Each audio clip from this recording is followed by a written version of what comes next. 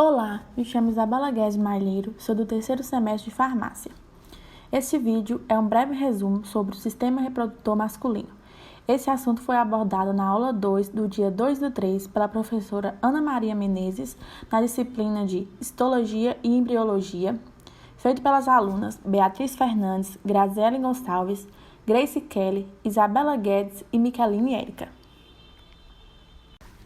O sistema reprodutor masculino é formado por todo o aparelho genital do homem, que é responsável por produzir os espermatozoides e introduzi-los no corpo da mulher, com o intuito da reprodução da espécie. Ele é composto por diversas partes: os testículos, pênis, ductos genitais, que é dividido em ducto eferente, ducto epididimário, ducto deferente, ducto ejaculatório e a uretra, e as glândulas acessórias, que é dividida em vesículas seminais, próstata e glândulas bulborretrais. Os testículos têm uma dupla função, que é produzir células germinativas e secretar hormônios sexuais.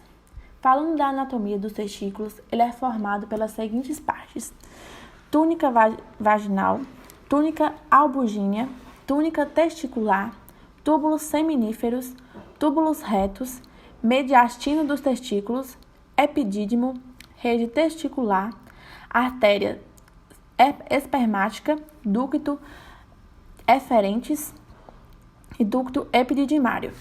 Os espermatozoides são produzidos nos túbulos seminíferos. Ele é transportado pelo mediastino do testículo até o epidídimo, onde será maturado. As células de Leydig é de grande importância para a produção dos espermatozoides, porque ela consegue converter a testosterona, que é um hormônio responsável na produção dos espermatozoides. A espermatogênese é o processo de produção dos espermatozoides, que é dividido em 4 fases: o período germinativo, período de crescimento, período de maturação e espermiogênese. A célula germinativa sofre constantemente mitose, se transformando em espermatogônias, que podem ser do tipo A, que são como células-tronco, e tipo B, que se diferenciam, originando os espermatócitos, com 46 cromossomos. Após sofrer o processo de mitose, ele vai passar a ter 23 cromossomos. Os espermatócitos do tipo 2, eles sofrem mais uma vez o processo de mitose, passando a receber o nome de espermátides, onde irão perder boa parte do citoplasma, sofrendo condensação e alongamento do núcleo, formação do acrossomo e desenvolvimento do flagelo, para ser chamado de espermatozoide. Me chamo Beatriz Cardoso Fernandes, sou do terceiro semestre de farmácia. Bom, dando continuidade ao aparelho genital masculino, falaremos agora um pouco sobre os fatores que influenciam a espermatogênese.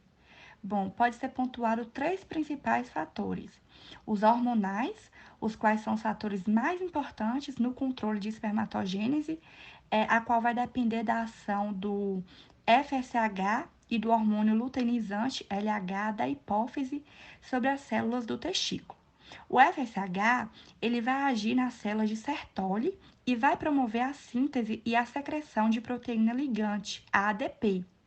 Já o LH vai agir nas células intersticiais, estimulando a produção de testosterona, o andrógeno, e assim irá enviar os hormônios para o meio do túbulo seminífero, e com isso a ADP e o andrógeno, eles irão se unir e assim vai ocorrer uma forte excitação para que as células germinativas comecem a se diferenciar. E assim ocorra todo o processo de espermatogênese. Bom, quando nós temos uma grande quantidade de ADP e uma grande quantidade de testosterona, o corpo do homem ele consegue detectar essa grande quantidade. E assim ocorre a retroalimentação negativa, o qual é um dos mecanismos mais importantes para a homeostase do nosso corpo. Outros fatores também muito importantes que irão influenciar no controle da espermatogênese é a temperatura, a desnutrição, o alcoolismo e várias outras. Bom, agora iremos falar um pouco sobre os ductos genitais. Os ductos genitais são os canais que transportam os espermatozoides do testículo para o pênis. E eles são 3 que irão estar atuando de forma direta. São eles o ducto epididymário, o ducto deferente e a uretra. O ducto epididymário tem como função armazenar o espermatozoide e os conduzir ao canal deferente através de movimentos peristálticos, que é a contração muscular. E é no ducto epididymário que também vai ocorrer a maturação dos espermatozoides. Bom, sobre o ducto deferente, tem como função armazenar e transportar os espermatozoides em direção à uretra até o momento do ato sexual. O ducto deferente é também responsável por reabsorver os espermatozoides que não foram expelidos. Uma curiosidade também importante é que é no ducto deferente que é feita a vasectomia. Bom, sobre a uretra. A uretra também vai estar ligada à bexiga e vai estar responsável por expelir os espermatozoides e a urina.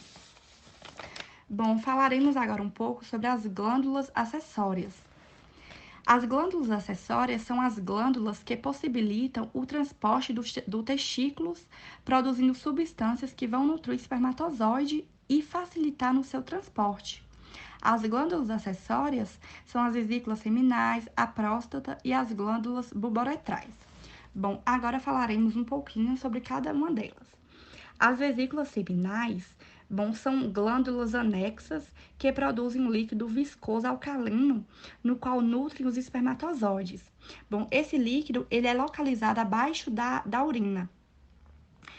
E esse líquido seminal ele vai se misturar ao líquido produzido pela próstata e aos espermatozoides vindo do canal deferente para então formar o sêmen. Sobre a próstata. A próstata tem aproximadamente 4 centímetros de diâmetro e se localiza abaixo da bexiga urinária. Ela produz uma secreção nutritiva para os espermatozoides que constitui entre 15% e 30% do esperma. Sobre as glândulas bulboretrais.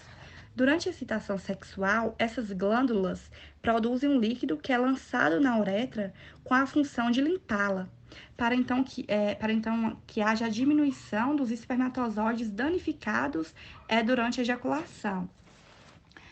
Sobre o pênis. O pênis é o órgão copulador masculino.